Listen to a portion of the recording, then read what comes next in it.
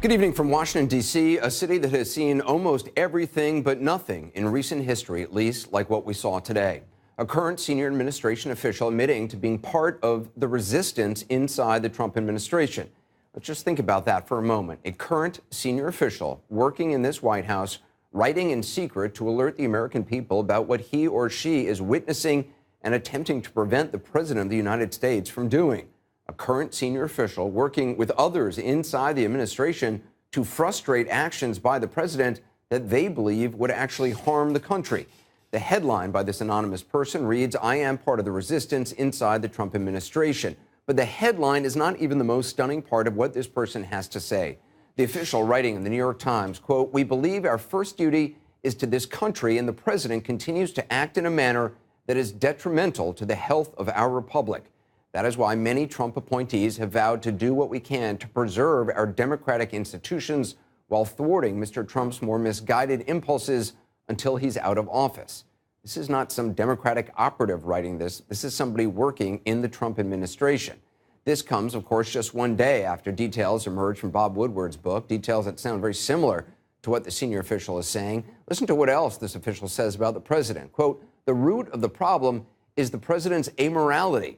Anyone who works with him knows he's not moored to any discernible first principles that guide his decision-making." The writer does point to administration successes, but says they've come, quote, "despite, not because of the president's leadership style, which is impetuous, adversarial, petty, and ineffective." The official went on to say meetings with him veer off topic and off the rails. He engages in repetitive rants, and his impulsiveness results in half-baked, ill-informed, and occasionally reckless decisions that have to be walked back. This is where an already remarkable document sails into even deeper waters. Quoting again, "Given the instability many witnessed, there were early whispers within the cabinet of invoking the 25th Amendment, which would start a complex process for removing the president. But no one wanted to precipitate a constitutional crisis, so we will do what we can to steer the administration in the right direction until, one way or another, it's over." That line, "until one way or another, it's over." Let's just pause here. According to this official, people inside the administration, people in the cabinet were whispering about invoking the 25th Amendment. It's staggering.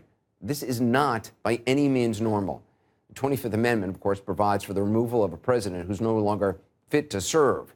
Now, after the story broke, the Washington Post data reporter noticed that for a brief time today, Google searches on the 25th Amendment topped searches for Kim Kardashian, who was at the White House today. Late today, the president reacted, responding to a reporter's question during a gathering of local sheriffs at the White House. It goes on at some length.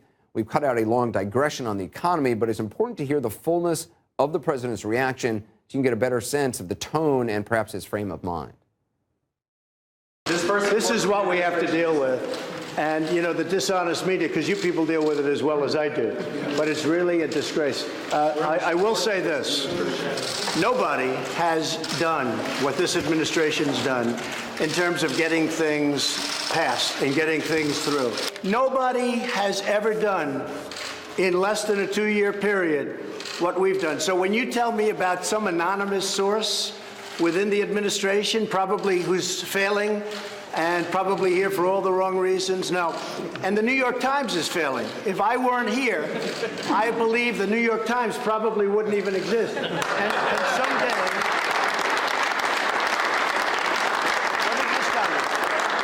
and someday when I'm not president, which hopefully will be in about 6.5 years from now, the New York Times and CNN and all of these phony media outlets will be out of business, folks. They'll be out of business because there'll be nothing to write and there'll be nothing of interest. So nobody has done what this administration has done.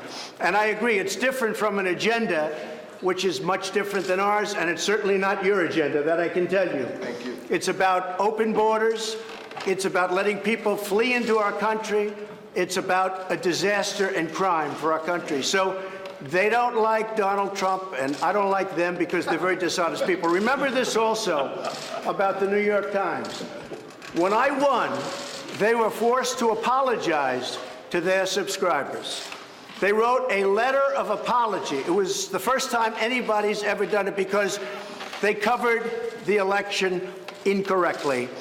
So if the failing New York Times has an anonymous editorial, can you believe it? Anonymous, meaning gutless, a gutless editorial.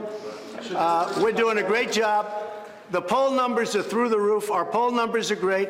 And guess what? Nobody is going to come close to beating me in 2020 because of what we've done. We've done more than anybody ever thought possible in, it's not even 2 years. So thank you very much. Appreciate it.